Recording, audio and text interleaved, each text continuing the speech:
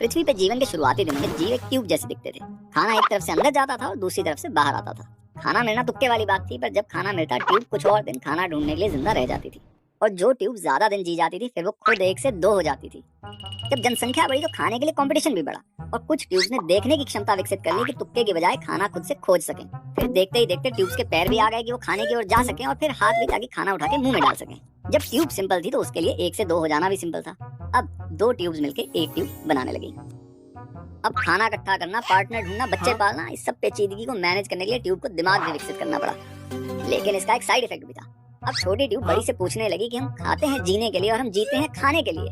आखिर इस चक्र का पॉइंट क्या है? जवाब तो इसका बड़ी ट्यूब के पास भी नहीं था, पर उन्होंने इतना कह दिया कि देखो, ज्यादा दिमाग मत लड़ाओ, जो चलता आया है उसे चलाओ, खाओ कमाओ, एक से दो हो और फिर दो से चार हो जाओ। खाना कमाने, पार्टनर ढूंढने, बच्चे पालने में कुछ समय के लिए तो ट्यूब्स का ध्यान इस सवाल से हट जाता था, पर बड़े होते होते जिंदगी का एक खोखलापन फिर से उन्हें खाने दौड़ता।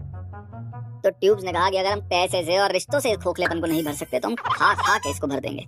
पर चाहे खाना हो या मौज करना, अंततः हम उससे बोर हो जाते हैं, तो ये भी तरकीब काम कुछ करती नहीं। जो मुझे इसका तोड़ समझ में आया वो ये कि भाई, पैदा हुए हैं तो जीना पड़ेगा, जी रहे हैं तो खाना पड़ेगा। पर अगर हम दूसरों को खिलाने के लिए नहीं तो कम से कम खिलाते हुए जिए तो उनका एक दिन कट जाएगा और हमारी जिंदगी।